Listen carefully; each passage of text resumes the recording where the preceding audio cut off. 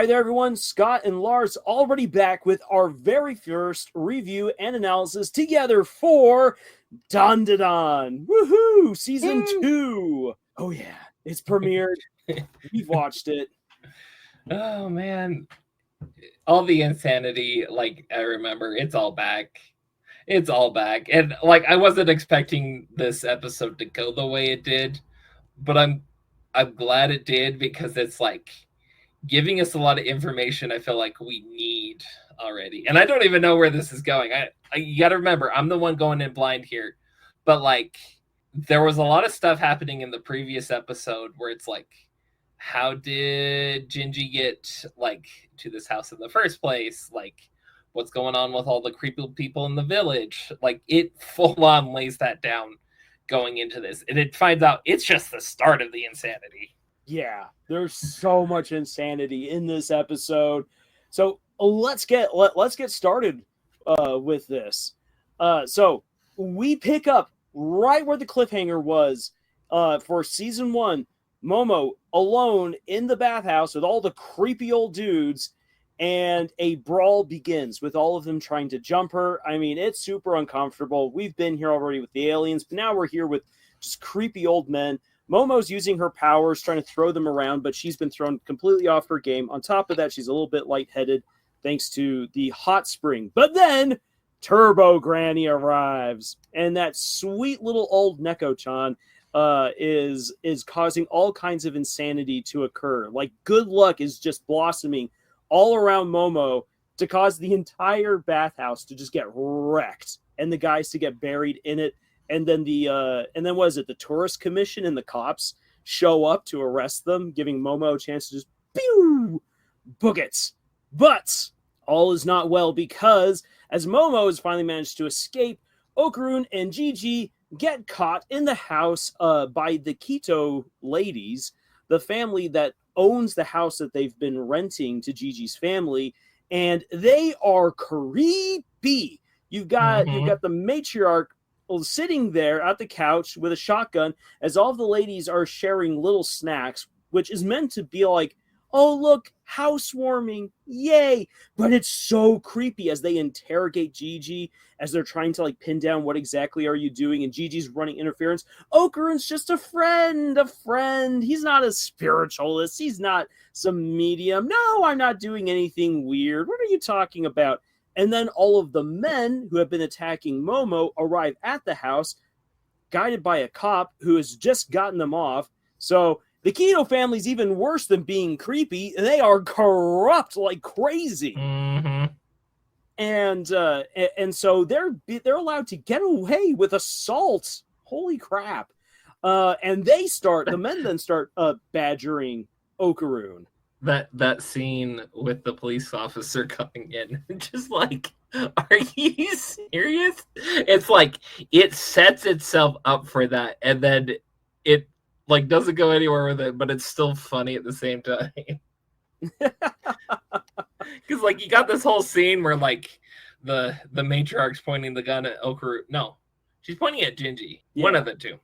And, like, they're like, oh, you can't just, like, point a gun at people. Like, what if a cop sees you? And, like, literally just as he says that, the cop walks through the door, and then find out, oh, the cop's under their thumb. Like, he's not going to do anything. That is such a horrible situation for them to find themselves in. And we get a really creepy moment where one of the guys, and this is an important scene. I'll just say this. This is actually a very important scene where Okarun gets pressed for which soccer team is Jiji's favorite. And Okarun guesses correctly and says Saint Germain. Just let that simmer for a moment. However, Okarun, even though he provides the correct answer, the Kitos know. The Kitos know that Okarun and Momo are outsiders, and they pin down, so where's that girl that you were with? What's she up to? And this leads to Okarun and Jiji getting beaten up and tied up and stripped, which sets them up to be sacrificed. Meanwhile, Momo goes on over to the local shrine and speaks to the priest who's there to try to figure out more of what's going on at this town.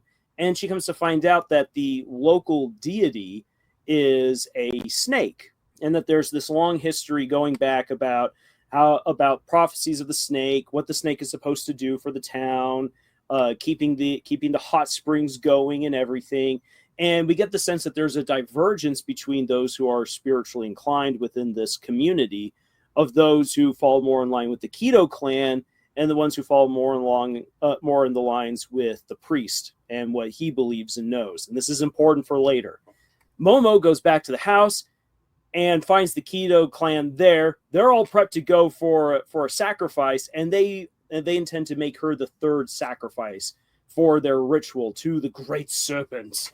Momo gets to have another fight with all the creepy old men that she had beaten up earlier, and it's a pretty good, intense brawl.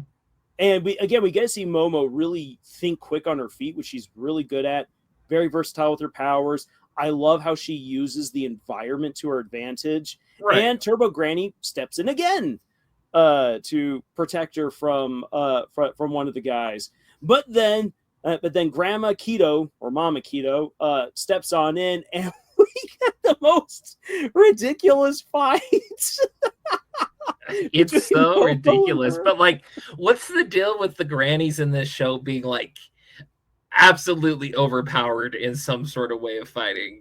I don't know. Like, it's insane. Maybe the mangaka is like a secret fear of grandmas, or like maybe like they've only ever known really epic grandmas. I don't know. Maybe that's a possibility. But Momo gets thrown thanks to the great Jennifer Lopez Anaconda.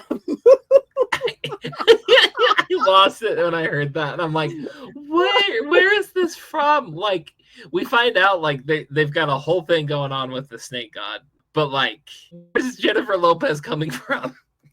The only thing I can think was because she was in that horrible movie Anaconda. Oh, she what? Oh, that makes more sense now. Okay. But still, like, why in the middle of a martial arts battle you name your move that? Oh, please do not think of the song Anaconda. Please, no. No. But so Momo gets thrown into the sacrifice chamber, where the floor starts turning into quicksand and is pulling her down. She tries to fight against it. The Kito men throw her back down. Jiji and Okarun throw themselves into the brawl at last, and it leads to them falling down with Momo and the entire Kito family following as a result. So they all end up in this weird kind of liminal space where there's all of these other homes that seem kind of fused together, held together by a strange membrane and weaves and threads. And that's when we finally get to see this great serpent, which is more of an ugly worm with two mouths. Not two mouths, one on each end, like two mouths where the one pie hole is. And we learn from Okarun that this is a Mongolian death worm, which we had gotten a clue about earlier. I love the whole rewind moment. There's like all the way back to the train. It's like, it's the Mongolian death worm. Like Okarun all geeking out about it, like he normally does. Yeah. But like, I love how it's just very blatant. It's like, we talked about this earlier. You should remember this. Even though it was a complete season apart. Yep. And what I love about this scene is how the Kito clan is just like, great serpent, and they start doing this weird like walk like an Egyptian dance to placate the serpent and send it after their sacrifices, and it just goes plowing for them, and they're the kids are like, God, I just ate them. And so they go running from the worm, and they try to hide in the house. But as they're doing that, Momo and Okarun start acting really weird, as if they suddenly have an awful migraine headache. Gigi's like, what the heck's going on, guys? And right at that moment, Okarun begins transforming. We get to see the shadow of Turbo Granny as he starts clawing and crawling his way towards Jiji, going full demonic. And we haven't seen Okarun actually do this since like episode 2. Right. And this is even creepier than episode 2, I would argue. So that's where we leave off. Which like fully makes me believe that Jinji should be worried for his manhood. Put a pin in that for later. Oh no. No. Don't do this to me. There will be uncomfortable things about manhood that come up very soon. No. Okay, I'm confused. All right, well, quite the episode, and it's like not pulling any stops because like this is one of the like episodes that we saw in the first season where it's like there's still plenty of action. We're setting up everything that's going on. Got the crazy family. We've got weird thing going on with the house. We've got the shrine. We've got the like whole confrontation with the family leading down to the fight against the Mongolian death worm. There's a lot going on, but I still feel like the focus of the episode was to give us like certain important details that are going to be important later. So like you were pointing out to the Saint Germain like poster, like full on points that out. There's the whole thing with the Tsuchinoko, which is like unsubstantiated like cryptid that is known to like be able to talk and like almost always lying to people. So there's something going on there. There's some like actual spiritual there's probably some actual spiritual entity involved, but it's kind of like being overlaid by this powerful like alien. Mm-hmm. And like I've definitely noticed the thing with the aliens is, and not so much with the occults like the cryptids that they've fought against so far, is that liminal space. Because like all of the aliens so far, they've created their own like self-contained space to try and accomplish what they want to do. So it's interesting seeing that happen here as well. Yeah, it's pretty interesting. I love how Dandadan makes use of those weird, uncomfortable spaces for the really insane things to happen, and then it just helps to explain why the knowledge of these monsters and aliens is not widespread, because there's no way that anyone would ever be able to prove any of this happened, especially because once the liminal space is either exited or vanishes, you lose the evidence other than whatever you yourself look like at that moment. Right. Oh man, but there's so much going on. Like I really want to point out that with like the Kito family, it lives and like it breathes a fear that I've seen people have, especially when I lived over in Japan, of like old people are scary. And it's more along the lines of like, because old people don't care anymore, they can do whatever they want and you're going to get trampled because of it. And the Kito family is the epitome of that.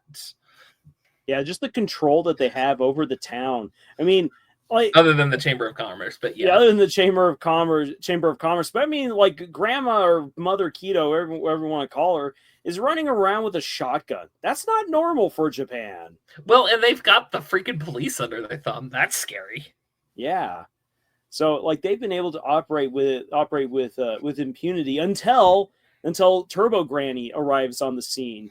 I really like how Turbo Granny arrives to Momo's aid when she's being attacked. And like, sure, I know this is a subject within Dandadan that I know doesn't resonate well with everyone, and I get that. I'm not here to be all like, no, you should like this scene. But what I do like about it is how it handles this kind of a moment and reinforces how Turbo Granny has this tendency to actually care, especially for the girls who have been attacked. Right. And there she is. She steps in when Momo needs her, and she's using the good luck of the charm that she's been forced into to manipulate the fight scene, to manipulate the environment to Momo's benefits. Right. And I thought that was really cool. That is really cool. I really like that. But I also love how, like, out of everybody in this situation, Turbo Granny seems to be the only one who actually has any idea of what's going on. She's the only one, like, when she's, like, out interacting with everybody, and like not in that backpack, which I gotta say, I freaking love the look of Momo's backpack. I want one for myself. But that's neither here nor there. But like Turbo Granny like pops up out of the backpack and is like looking around, especially when they get in the room, and she's just like, this is interesting. And she's like, you can actively see her like cataloging and like really observing the like where they're at in that room. But like she also makes a comment earlier in the episode. She's like, oh yeah, that's because we're in the Hot Springs district. It's like the territory of a specific being. And I'm like, okay, there's something going on there too. Turbo Granny knows about that we don't yet. There's definite layers to all of these events, which as of this point in the story, we're missing some very crucial pieces and some very important information. And coming back to what I brought up earlier, as we were giving the general overview, there's a definite split between what the people at the shrine, or at least the one dude at the shrine, believes versus the Kito family. And one of the things I like about this particular arc that will be built on, it's not something that's thrown in your face, but it's a very nice, subtle message, is how people will twist or understand history to fit the way that they want to live, or to what is most convenient for them, or what they feel is best for them. The Kito family has kind of taken over this hot spring town, not because they're the mayor or anything. It's very clear that that's not the case, but rather they feel empowered because they're the ones who are always sacrificing people generation after generation to this great serpent.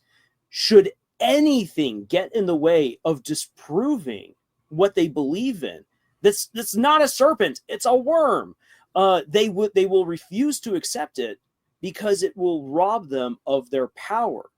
And the history, as we will learn it in this arc, disproves the Kito clan entirely. But they have reason to believe what they want to believe, because, again, it gives them the power that they want. And the priest at the shrine has a reason for believing what he wishes to believe. And we need to learn what the missing piece is to reconcile the different beliefs about this town. Makes a lot of sense.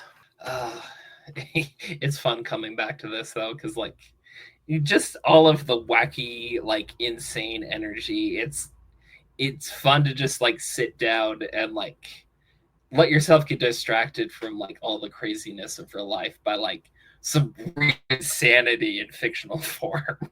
Yes. Oh my gosh, it's so true. So I'm excited to see where this goes. I like I said, I'm going in blind here. I don't know what's going on, and like you've definitely talked up this arc before, and I'm just like, oh boy, here it comes. Yeah, no, I'm not spoiling anything. I don't want anyone to spoil stuff in the comments. The comments either for the anime onlys, because this arc is absolutely fantastic. But I would be remiss for us to wrap up this review and analysis before actually returning back to the fight the two fights that Momo has in this episode, which I think are a great example for writers about knowing the space that you're like. If you're going to write a fight scene, understand the space in which your characters are fighting. Like, don't just assume that it's a void and then fists are flying, guns are blazing, and then action done. Because the environment helps to make it very interesting. Like, especially for the second fight, how Momo's in a cramped house. This house, like, it's a nice, big, modern house, but when you put about 20 people into it, it immediately becomes cramped. She is stuck in this house, cramped with all of these villains, trying to save her two friends. And this means that she's got to fight smart. So this then entails using the corners, grabbing furniture, a little bit of parkour, knowing where to hide, where to fight, and what sets apart Grandma Kito from all the other people in her family is that she's the only other person who pays attention to her surroundings. Right. Which is why she doesn't get pummeled by the table. When Momo has that really awesome moment where she pulls the table from behind. Exactly. her, and then she does the cool Matrix dodge, and then Momo herself's like, oh crap, and has to duck before it smashes her in the face. Putting in elements like that into your story where characters use the environment really brings the fight to life. It's fun to see characters utilize everything that's around them, either for defense or offense, because that actually makes them seem way more competent, and it brings the world that they inhabit, at least this small area or this one battlefield or wherever they're at, to life. That it's not just a void that exists within your otherwise rich world and story. Right. Oh man. Like, and I love how it's pretty easy to see, like, as a writer, like, what's going on here. But I love the whole like tool that's being used. It's like how you manage your information in your story. And like in this story, there's definitely a lot of that where it's like, of course, there's going to be information that we're only going to learn episode by episode as it becomes relevant, as the characters find out about it. And like, that's pretty par for the course. That's pretty standard for like writing, creating stories. But there's also another element of that we're seeing here where we don't know the full story and we're definitely being deceived in some way or another. And so not outright like stating and telling the truth to your audience, like Dandadan does a really good job with that. Mm-hmm. And that's something that you don't need just for mystery stories either. Correct. Yeah.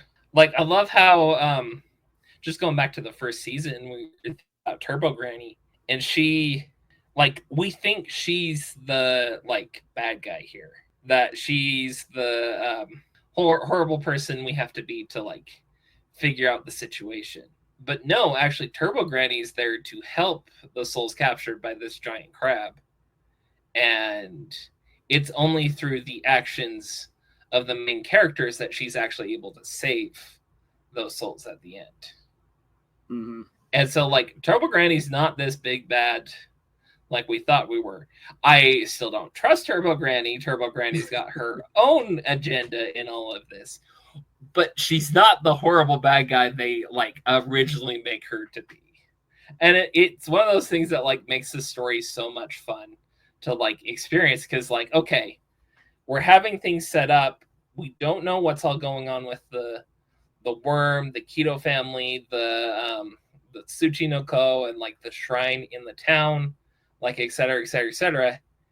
We're going to find out more about this information later, whether it's fully true, like what the actual situation is. And that's what makes it fun. So like, even though this show focuses a lot on its battles and like how to survive them and like get through them, it's done in such a way where like there's a mystery element to it. There's a lot of character drama involved with it. And so it's the action's part of the story. It's not the full story like a lot of stories tend to focus on nowadays. Ooh, one more thing, because I learned something talking with you about this before we began recording. What do you call the cat charm again in Japanese? Oh yeah, so it's called Manaki Neko, and that was part of like, it's something Granny ends up explaining after the initial Hot Springs battle. Is she's like, oh, all that's happening here is only happening because you stuffed me in this Maneki Neko. And Maneki Neko, like the whole point is it's a good luck charm that like waving paw, it's supposed to invite good luck. And so that's all, that's like what's happening. So you basically stuffed a powerful ghost being into this good luck charm and basically supercharged the good luck. It's only going to come out in certain situations from what it looks like, but it certainly helped Momo at the time. that was a neat thing. Like I know for some people are like, well, duh, Lars, but I didn't know. I gotta learn something new, and it tied in fantastically to the events of this episode. Right. There's one other thing about culturally speaking, which I do think is important to bring up. just to reemphasize, Scott, what you yourself have already stated, and that is how it's very clear in this episode that going into the rest of this arc that there's not just mysteries, but there's deceit. There's some lies. Something's been covered up, or someone's been misdirected, and you brought up the fact that these snake deities or these snake monsters represent that within Japanese culture. And I think that's something that if you don't, especially for many Westerners, unless you are expecting that, unless you already know it, I think that that's something that might just fly under the radar or go completely over your head, and you just accept that Dandadan's being weird again. But that for the people who are in the know, this is a clue. This is a clue for what they're getting into. Well, and that's part of the fun of stories like this, is like you can tell the authors put the time and the research and the thought into this story. And so all of these seemingly random details, they're important. And like they're all connected. They're there for a reason. And it's something I feel like a lot of authors fail to try to do, because they're like, oh, I'm just going to have this there as a set piece. Well, what if the set pieces are there for a specific reason? And like, you don't have to tell the audience why they're all there, but like, as the writer, sometimes it's great that you know why it's there, and it's a tool you can use later on, like when you need it, if it becomes relevant to your story as you're writing it. So like taking the time to do that, it's smart. Like, but I'm also saying, like, you don't necessarily have to come up with all of that right at the beginning as you're writing the first draft. Often enough, that's something you're like, oh, I just threw this in like randomly. I'm going to have fun with that. Like, case in point, so we're playing a D&D campaign right now, Lars and a couple friends of ours. And I'm like, oh, I'm going to, like, it's set on this, like, flying, like, merchant ship, kind of airship cruise kind of idea. And I'm like, oh, I'm going to go out and, like, sketch out all of this different stuff that's in the hold. Well, it came out later, I'm like, oh, I could use this. So I, like, the story based off of something that was in the hold. And so, like, often enough, that can be a lot of fun as the writer to discover that something you've already created suddenly becomes super important and relevant to what's happening. And that actually happens, I think, way more than we realize. Just today, I was taking my niece for a walk, and I realized that I had inadvertently set myself up for in one story to like have like a really cool like hard magic moment of like, nice. Oh, I actually didn't realize I could do something cool with this. I was just having fun goofing off, but there's actually something deep and cool I can do with this. I gotta think about this more. I'm excited to see where this goes. We're just getting started with the season, and like it, with like how short these seasons are, like they are so good with this show, like how they're able to pack everything into it. Yeah, so much fun. The pacing is fantastic. Yeah, beautiful pacing. So that'll do it for our review and analysis for this particular episode. And without any spoilers, in the comments, we want to hear your thoughts and opinions, your insights. What did we miss? What did we possibly get wrong? Or what do you think we got absolutely right? We want to hear from you.